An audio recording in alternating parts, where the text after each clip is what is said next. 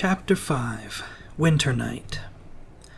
The sun stood halfway down from its noonday high by the time the cart reached the farmhouse. It was not a big house, not nearly so large as some of the sprawling farmhouses to the east, dwellings that had grown over the years to hold entire families. In the two rivers that often included 3 or 4 generations under one roof, including aunts, uncles, cousins, and nephews. Tam and Rand were considered out of the ordinary, as much for being 2 men living alone as for farming in the Westwood. Here most of the rooms were on one floor, a neat rectangle with no wings or additions.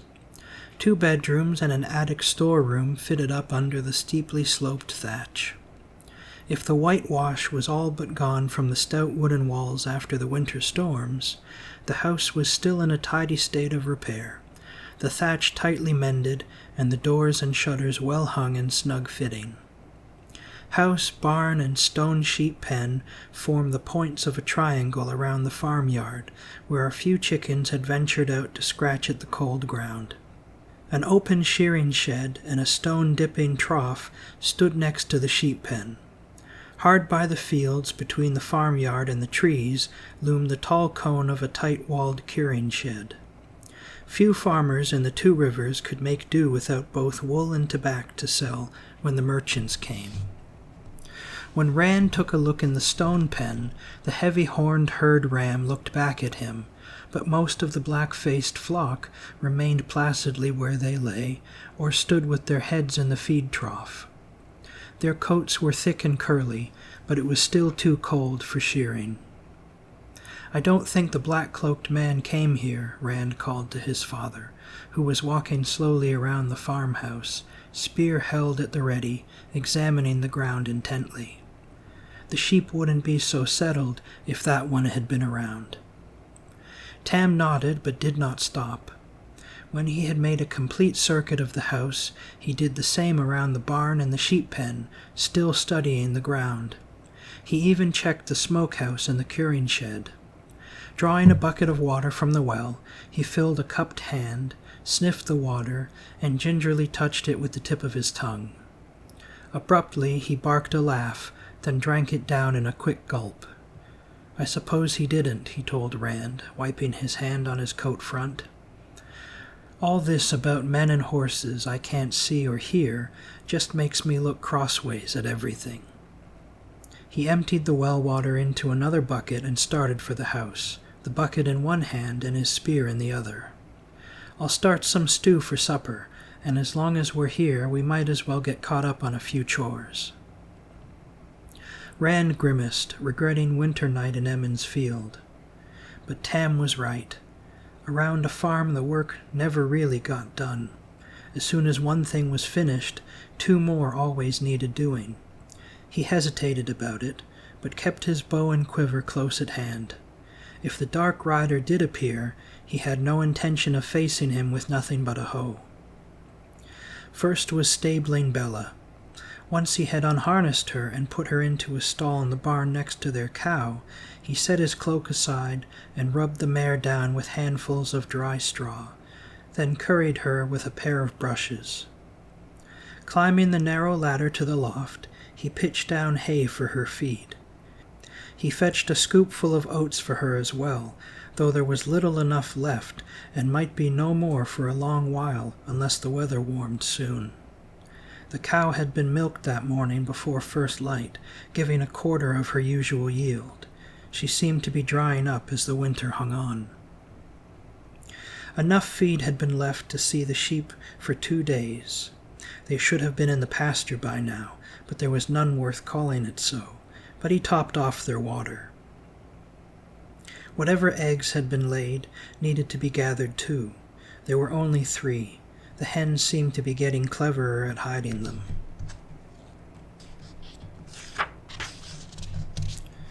He was taking a hoe to the vegetable garden behind the house when Tam came out and settled on a bench in front of the barn to mend harness, propping his spear beside him. It made Rand feel better about the bow line on his cloak a pace from where he stood. Few weeds had pushed above ground, but more weeds than anything else. The cabbages were stunted, barely a sprout of the beans or peas showed, and there was not a sign of a beet. Not everything had been planted, of course, only part, in hopes the cold might break in time to make a crop of some kind before the cellar was empty. It did not take long to finish hoeing, which would have suited him just fine in years past, but now he wondered what they would do if nothing came up this year. Not a pleasant thought, and there was still firewood to split. It seemed to Rand like years since there had not been firewood to split, but complaining would not keep the house warm, so he fetched the axe, propped up bow and quiver beside the chopping block, and got to work. Pine for a quick hot flame, and oak for long burning. Before long he was warm enough to put his coat aside. When the pile of split wood grew big enough, he stacked it against the side of the house, beside other stacks already there. Most reached all the way to the eaves. Usually by this time of year the wood piles were small and few, but not this year. Chop and stack, he lost himself in the rhythm of the axe and the motions of stacking wood. Tam's hand on his shoulder brought him back to where he was, and for a moment he blinked in surprise. Gray twilight had come on while he worked, and already it was fading quickly toward night. The full moon stood well above the treetops, shimmering pale and bulging as if about to fall on their heads. The wind had grown colder without his noticing, too, and tattered clouds scudded across the darkling sky. "Let's wash up, lad, and see about some supper. I've already carried in water for hot baths before sleep." "Anything hot sounds good to me," Rand said, snatching up his cloak and tossing it round his shoulders. Sweat soaked his shirt, and the wind, forgotten in the heat of swinging the axe, seemed to be trying to freeze it now that he had stopped work. He stifled a yawn, shivering as he gathered the rest of his things. And sleep, too, for that. I might just sleep right through festival. "Would you care to make a small wager about that?" Tam smiled, and Rand had to grin back. He would not miss Beltane if he had had no sleep in a week. No one would.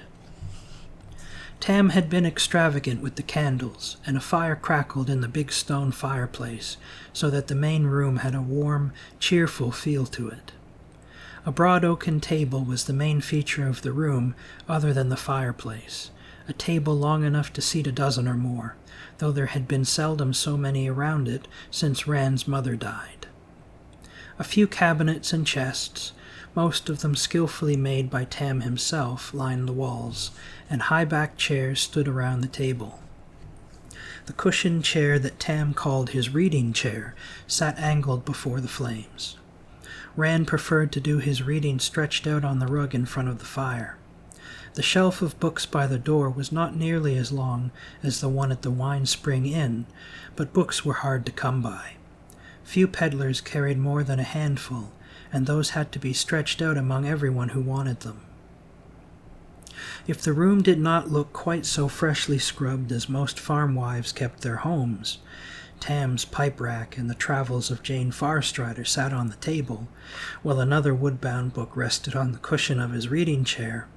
A bit of harness to be mended lay on the bench by the fireplace, and some shirts to be darned made a heap on a chair. If not quite so spotless, it was still clean and neat enough, with a lived-in look that was almost as warming and comforting as the fire. Here it was possible to forget the chill beyond the walls. There was no false dragon here, no wars or Aes Sedai, no men in black cloaks. The aroma from the stew pot hanging over the fire permeated the room and filled Rand with ravenous hunger. His father stirred the stew pot with a long-handled wooden spoon, then took a taste. A little while longer. Rand hurried to wash his face and hands. There was a pitcher and basin on the washstand by the door. A hot bath was what he wanted, to take away the sweat and soak the chill out, but that would come when there had been time to heat the big kettle in the back room. Tam rooted around in a cabinet and came up with a key as long as his hand. He twisted it in the big iron lock on the door.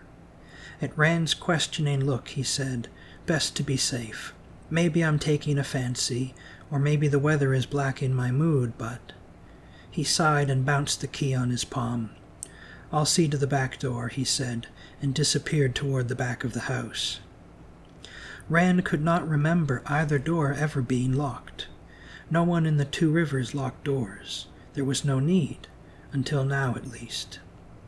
From overhead, from Tam's bedroom, came a scraping, as of something being dragged across the floor. Rand frowned. Unless Tam had suddenly decided to move the furniture around, he could only be pulling out the old chest that he kept under his bed. Another thing that had never been done in Rand's memory. He filled a small kettle with water for tea and hung it from a hook over the fire, then set the table. He had carved the bowls and spoons himself.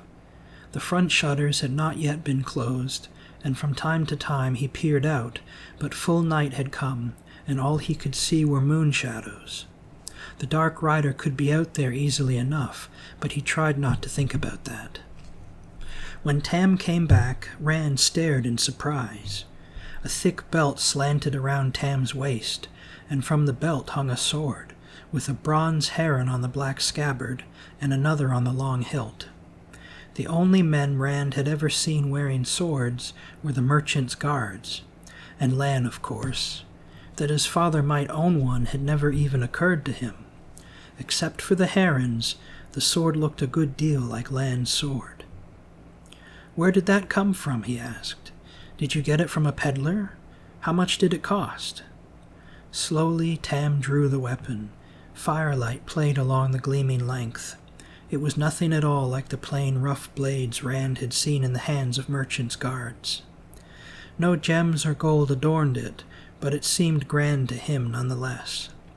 The blade, very slightly curved and sharp on only one edge, bore another heron etched into the steel. Short quillins, worked to look like braid, flanked the hilt. It seemed almost fragile compared with the swords of the merchants' guards. Most of those were double-edged and thick enough to chop down a tree. "I got it a long time ago," Tam said, "a long way from here, and I paid entirely too much. 2 coppers is too much for one of these. Your mother didn't approve, but she was always wiser than I. I was young then, and it seemed worth the price at the time. She always wanted me to get rid of it, and more than once I've thought she was right, that I should just give it away." Reflected fire made the blade seem aflame. Rand started. He had often daydreamed about owning a sword. Give it away? How could you give a sword like that away? Tam snorted. "Not much use in herding sheep now, is it? Can't plow a field or harvest a crop with it." For a long minute he stared at the sword as if wondering what he was doing with such a thing. At last he let out a heavy sigh. "But if I am not just taken by a black fancy, if our luck runs sour, maybe in the next few days we'll be glad I tucked it in that old chest instead."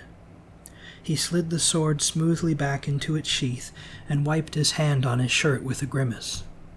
"The stew should be ready. I'll dish it out while you fix the tea." Rand nodded and got the tea canister, but he wanted to know everything. Why would Tam have bought a sword? He could not imagine. And where had Tam come by it? How far away? No one ever left the Two Rivers, or very few at least. He had always vaguely supposed his father must have gone outside. His mother had been an outlander. But a sword? He had a lot of questions to ask once they had settled at the table. The tea water was boiling fiercely, and he had to wrap a cloth around the kettle's handle to lift it off the hook. Heat soaked through immediately. As he straightened from the fire, a heavy thump at the door rattled the lock. All thoughts of the sword, or the hot kettle in his hand, flew away. "One of the neighbors," he said uncertainly. "Master Daughtry wanting to borrow." But the Daughtry farm, their nearest neighbor, was an hour away, even in the daylight. And Oren Daughtry, shameless borrower that he was still not likely to leave his house by dark. Tam softly placed the stew-filled bowls on the table. Slowly he moved away from the table. Both of his hands rested on his sword hilt. "I don't think," he began, and the door burst open, pieces of the iron lock splintering across the floor. A figure filled the doorway, bigger than any man Rand had ever seen, a figure in black mail that hung to his knees, with spikes at wrists and elbows and shoulders. One hand clutched a heavy scythe-like sword, the other was flung up before his eyes as if to shield them from the light. Rand felt the beginnings of an odd sort of relief. Whoever this was, it was not the black-cloaked rider. Then he saw the curled ram's horns on the head that brushed the top of the doorway, and where mouth and nose should have been was a hairy muzzle. He took in all of it in the space of one deep breath that he let out in a terrified yell, as, without thinking, he hurled the hot kettle at that half-human head. The creature roared, part scream of pain, part animal snarl, as boiling water splashed over its face. Even as the kettle struck, Tam's sword flashed. The roar abruptly became a gurgle, and the huge shape toppled back. Before it finished falling, another was trying to claw its way past. Rand glimpsed a misshapen head topped by spike-like horns before Tam struck again, and two huge bodies blocked the door. He realized his father was shouting at him. "Run, lad! Hide in the woods!" The bodies in the doorway jerked as others outside tried to pull them clear. Tam thrust a shoulder under the massive table. With a grunt he heaved it over atop the tangle. "There are too many to hold. Out the back. Go, go. I'll follow." Even as Rand turned away, shame filled him that he obeyed so quickly. He wanted to stay and help his father, though he could not imagine how, but fear had him by the throat, and his legs moved on their own. He dashed from the room toward the back of the house, as fast as he had ever run in his life. Crashes and shouts from the front door pursued him. He had his hands on the bar across the back door when his eye fell on the iron lock that was never locked. Except that Tam had done just that tonight. Letting the bar stay where it was, he darted to a side window, flung up the sash, and threw back the shutters. Night had replaced twilight completely. The full moon and drifting clouds made dappled shadows chase one another across the farmyard. Shadows, he told himself. Only shadows. The back door creaked as someone outside, or something, tried to push it open. His mouth went dry. A crash shook the door in its frame and lent him speed. He slipped through the window like a hare going to ground, and cowered against the side of the house. Inside the room, wood splintered like thunder. He forced himself up to a crouch, made himself peer inside, just with one eye, just at the corner of the window. In the dark he could not make out much, but more than he really wanted to see. The door hung askew, and shadowed shapes moved cautiously into the room, talking in low, guttural voices. Rand understood none of what was said. The language sounded harsh, unsuited to a human tongue. Axes and spears and spiked things dully reflected stray glimmers of moonlight. Boots scraped on the floor, and there was a rhythmic click as of hooves as well. He tried to work moisture back into his mouth. Drawing a deep, ragged breath, he shouted as loudly as he could, "They're coming in the back." The words came out in a croak, but at least they came out. He had not been sure they would. "I'm outside. Run, father." With the last word he was sprinting away from the farmhouse. Coarse-voiced shouts in the strange tongue raged from the back room. Glass shattered, loud and sharp, and something thudded heavily to the ground behind him.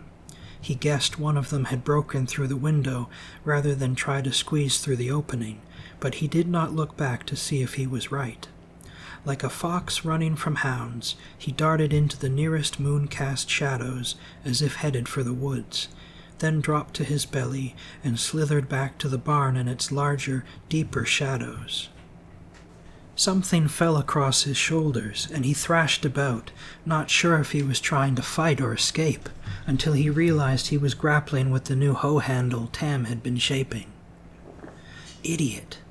For a moment he lay there trying to stop panting, Copland, fool, idiot! At last he crawled on along the back of the barn, dragging the hoe handle with him. It was not much, but it was better than nothing. Cautiously he looked around the corner at the farmyard and the house. Of the creature that had jumped out after him there was no sign. It could be anywhere, hunting him surely, even creeping up on him at that very moment. Frightened bleats filled the sheep pen to his left.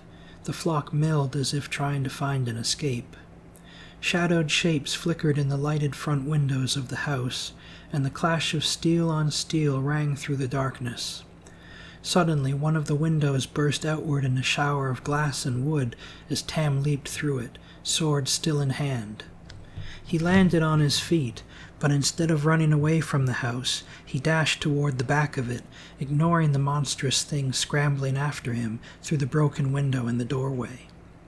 Rand stared in disbelief. Why was he not trying to get away? Then he understood. Tam had last heard his voice from the rear of the house. "Father," he shouted, "I'm over here." In a mid-stride, Tam whirled, not running toward Rand, but at an angle away from him.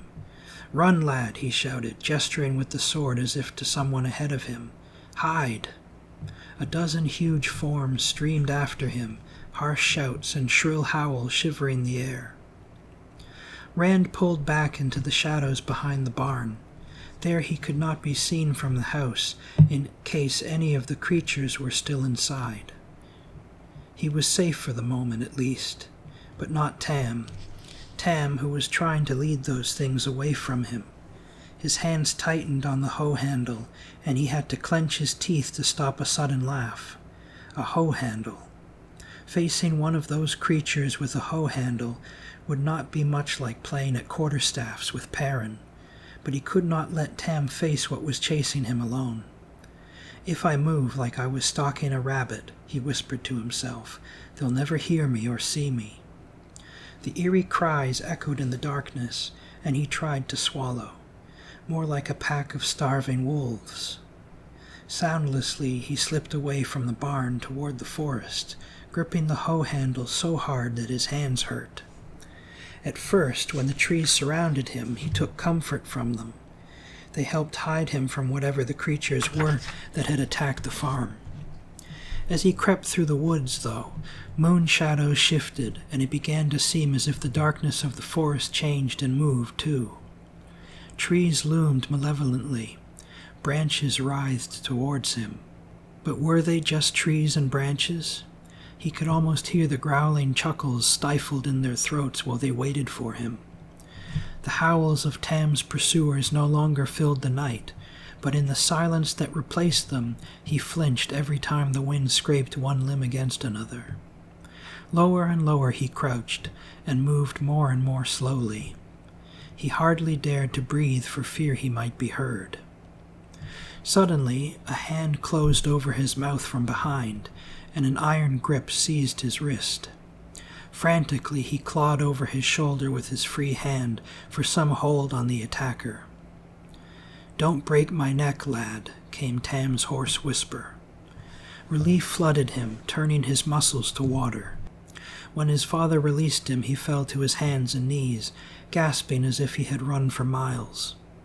Tam dropped down beside him, leaning on one elbow.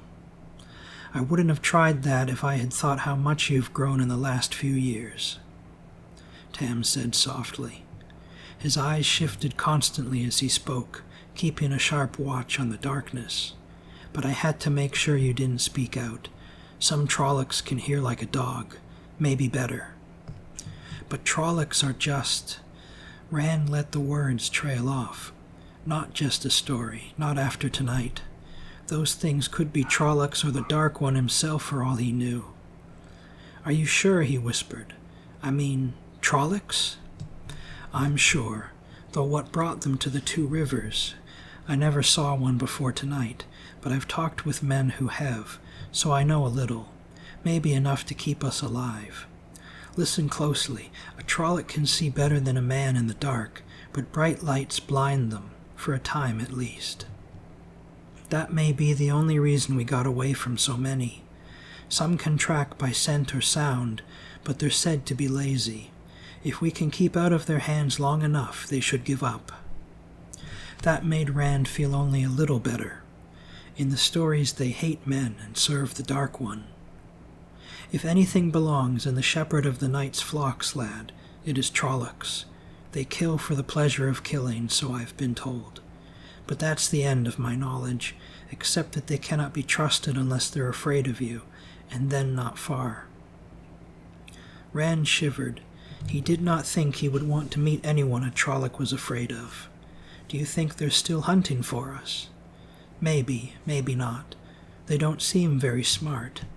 Once we got into the forest, I sent the ones after me off toward the mountains without much trouble. Tam fumbled at his right side, then put his hand close to his face. Best act as if they are, though. You're hurt. Keep your voice down. It's just a scratch, and there is nothing to be done about it now anyway. At least the weather seems to be warming. He lay back with a heavy sigh. Perhaps it won't be too bad spending the night out. In the back of his mind, Rand had just been thinking fond thoughts of his coat and cloak. The trees cut the worst of the wind, but what gusted through still sliced like a frozen knife. Hesitantly, he touched Tam's face and winced. You're on fire. I have to get you to the nave. In a bit, lad. We don't have any time to waste. It's a long way in the dark. He scrambled to his feet and tried to pull his father up. A groan barely stifled by Tam's clenched teeth made Rand hastily ease him back down. Let me rest a while, boy. I'm tired. Rand pounded his fist on his thigh. Snug in the farmhouse, with a fire and blankets, plenty of water and willow bark, he might have been willing to wait for daybreak before hitching Bella and taking Tam into the village. Here was no fire, no blankets, no cart, and no Bella. But those things were still back at the house. If he could not carry Tam to them, perhaps he could bring some of them at least to Tam. If the Trollocs were gone. They had to go sooner or later. He looked at the hoe handle, then dropped it. Instead he drew Tam's sword. The blade gleamed dully in the pale moonlight. The long hilt felt odd in his hand. The weight and heft were strange. He slashed at the air a few times before stopping with a sigh. Slashing at air was easy. If he had to do it against a Trolloc, he was surely just as likely to run instead, or freeze stiff so he could not move at all until the Trolloc swung one of those odd swords and... Stop it! It's not helping anything. As he started to rise, Tam caught his arm. Where are you going? We need the cart, he said gently, and blankets. He was shocked at how easily he pulled his father's hand from his sleeve. Rest and I'll be back. Careful, Tam breathed. He could not see Tam's face in the moonlight, but he could feel his eyes on him. I will be. As careful as a mouse exploring a hawk's nest, he thought. As silently as another shadow, he slid into the darkness. He thought of all the times he had played tag in the woods with his friends as children, stalking one another, straining not to be heard until he put a hand on someone's shoulder. Somehow he could not make this seem the same. Creeping from tree to tree, he tried to make a plan, but by the time he reached the edge of the woods, he had made and discarded 10. Everything depended on whether or not the Trollocs were still there. If they were gone, he could simply walk up to the house and take what he needed. If they were still there, in that case there was nothing for it but to go back to Tam. He did not like it, but he could do Tam no good by getting killed. He peered toward the farm buildings. The barn and the sheep pen were only dark shapes in the moonlight. Light spilled from the front windows of the house, though, and through the open front door. Just the candles father lit, or are there Trollocs waiting? He jumped convulsively at a nighthawk's reedy cry, then sagged against a tree, shaking. This was getting him nowhere. Dropping to his belly, he began to crawl, holding the sword awkwardly before him. He kept his chin in the dirt all the way to the back of the sheep pen. Crouched against the stone wall, he listened. Not a sound disturbed the night. Carefully, he eased up enough to look over the wall. Nothing moved in the farmyard. No shadows flickered against the lit windows of the house or in the doorway. Bella in the cart first, or the blankets and other things. It was the light that decided him. The barn was dark, anything could be waiting inside, and he would have no way of knowing until it was too late. At least he would be able to see what was inside the house. As he started to lower himself again, he stopped suddenly. There was no sound. Most of the sheep might have settled down already and gone back to sleep, though it was not likely, but a few were always awake, even in the middle of the night, rustling about, bleating now and again. He could barely make out the shadowy mounds of sheep on the ground. One lay almost beneath him. Trying to make no noise, he hoisted himself onto the wall until he could stretch out a hand to the dim shape. His fingers touched curly wool, then wetness. The sheep did not move. Breath left him in a rush as he pushed back, almost dropping the sword as he fell to the ground outside the pen. They kill for fun. Shakily, he scrubbed the wetness from his hand in the dirt. Fiercely, he told himself that nothing had changed. The Trollocs had done their butchery and gone. Repeating that in his mind, he crawled on across the farmyard, keeping as low as he could, but trying to watch every direction, too. He had never thought he would envy an earthworm. At the front of the house, he lay close beside the wall, beneath the broken window, and listened. The dull thudding of blood in his ears was the loudest sound he heard. Slowly, he reared up and peered inside. The stew pot lay upside down in the ashes on the hearth. Splintered, broken wood littered the room. Not a single piece of furniture remained whole. Even the table rested at an angle, 2 legs hacked to rough stubs. Every drawer had been pulled out and smashed. Every cupboard and cabinet stood open, many doors hanging by one hinge. Their contents were strewn over the wreckage, and everything was dusted with white. Flour and salt, to judge from the slashed sacks tossed down by the fireplace. 4 twisted bodies made a tangle in the remnants of the furnishings.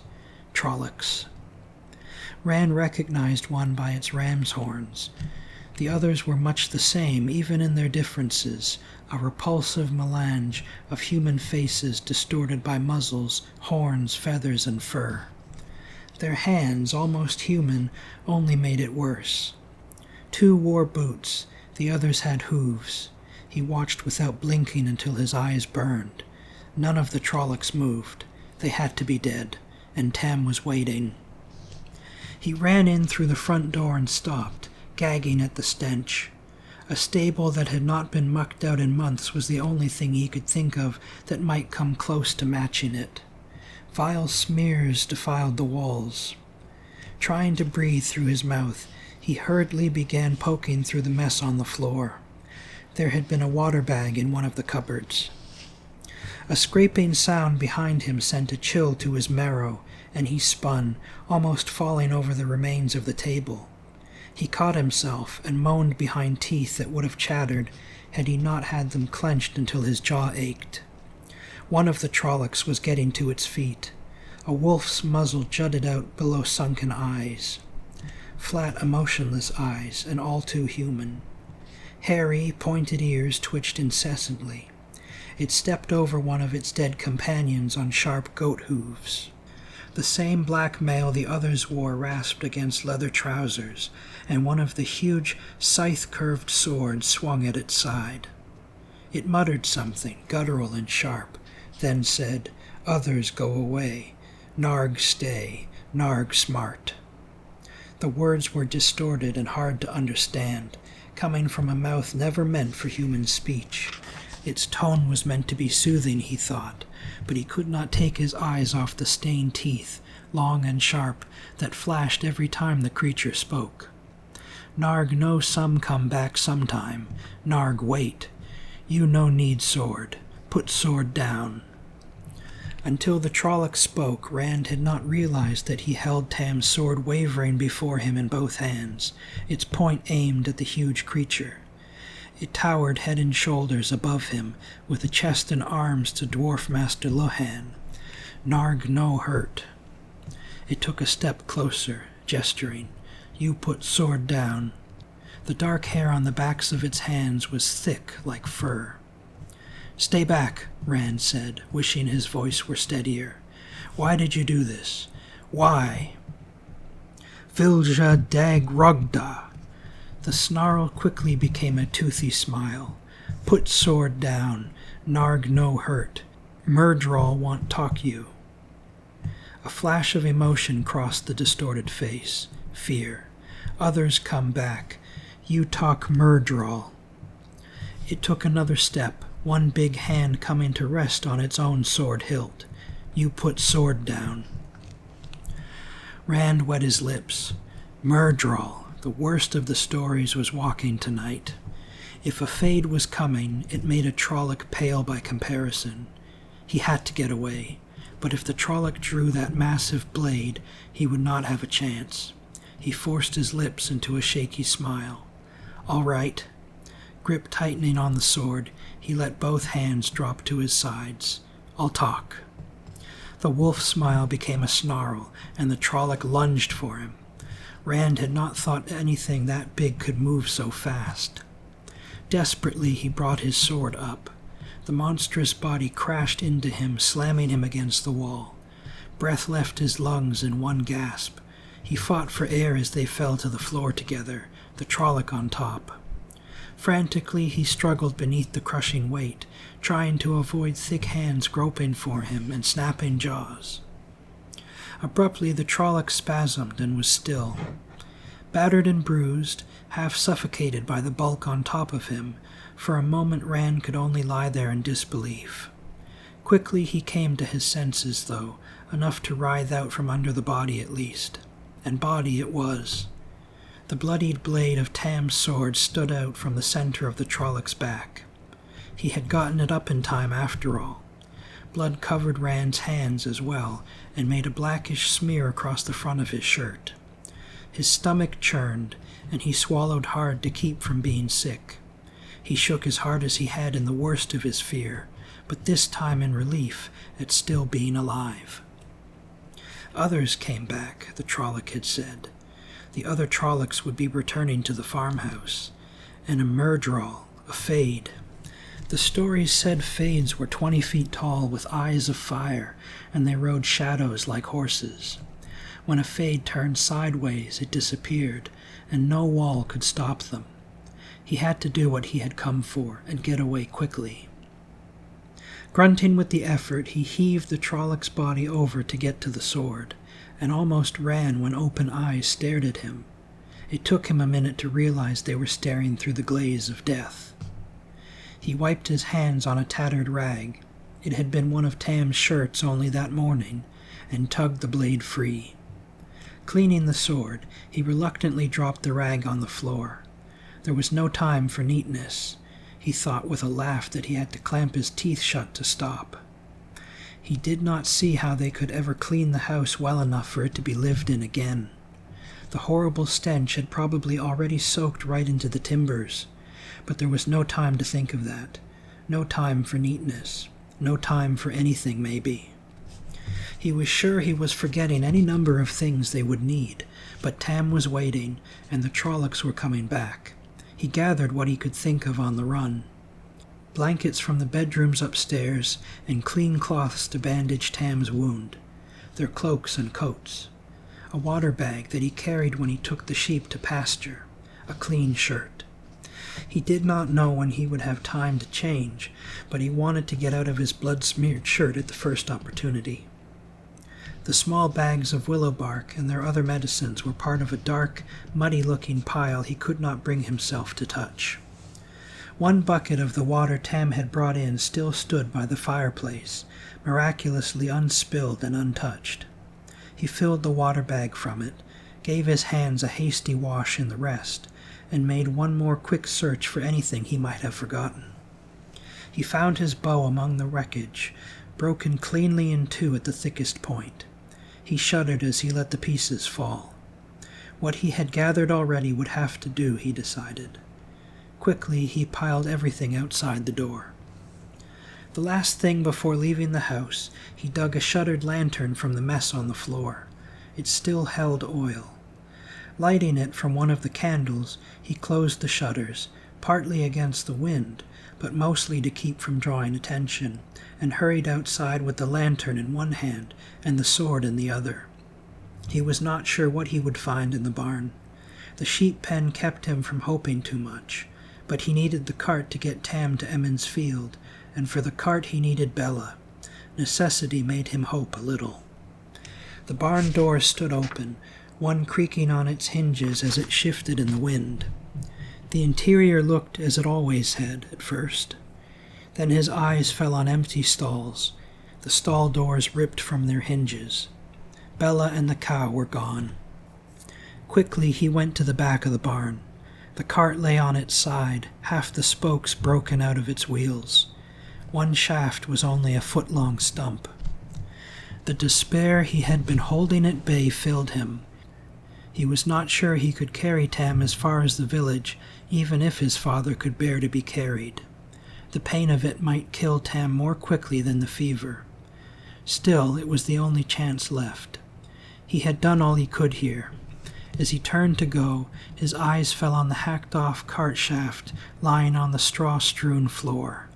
Suddenly he smiled. Hurriedly, he set the lantern and the sword on the straw-covered floor, and in the next instant he was wrestling with the cart, tipping it back over to fall upright with a snap of more breaking spokes, then throwing his shoulder into it to heave it over on the other side. The undamaged shaft stood straight out. Snatching up the sword, he hacked at the well-seasoned ash. To his pleased surprise, great chips flew with his strokes, and he cut through as quickly as he could have with a good axe. When the shaft fell free, he looked at the sword blade in wonder. Even the best sharpened axe would have dulled chopping through that hard, aged wood, but the sword looked as brightly sharp as ever. He touched the edge with his thumb, then hastily stuck it in his mouth. The blade was still razor sharp. But he had no time for wonder. Blowing out the lantern, there was no need to have the barn burn down on top of everything else. He gathered up the shafts and ran back to get what he had left at the house. Altogether it made an awkward burden. Not a heavy one, but hard to balance and manage. The cart shafts shifting and twisting in his arms as he stumbled across the plowed field. Once back in the forest, they were even worse, catching on trees and knocking him half off his feet. They would have been easier to drag, but that would leave a clear trail behind him. He intended to wait as long as possible before doing that. Tam was right where he had left him, seemingly asleep. He hoped it was sleep. Suddenly fearful, he dropped his burdens and put a hand to his father's face. Tam still breathed, but the fever was worse. The touch roused Tam, but only into a hazy wakefulness. "Is that you, boy?" he breathed. "Worried about you. Dreams of days gone. Nightmares." Murmuring softly, he drifted off again. "Don't worry," Rand said. He lay Tam's coat and cloak over him to keep off the wind. "I'll get you to the nave just as quick as I can." As he went on, as much to reassure himself as for Tam's benefit, he peeled off his blood-stained shirt, hardly even noticing the cold in his haste to be rid of it, and hurriedly pulled on the clean one. Throwing his old shirt away made him feel as if he had just had a bath. "We'll be safe in the village in no time, and the wisdom will set everything right. You'll see. Everything's going to be all right." That thought was like a beacon as he pulled on his coat and bent to tend Tam's wound. They would be safe once they reached the village, and the knave would cure Tam. He just had to get him there.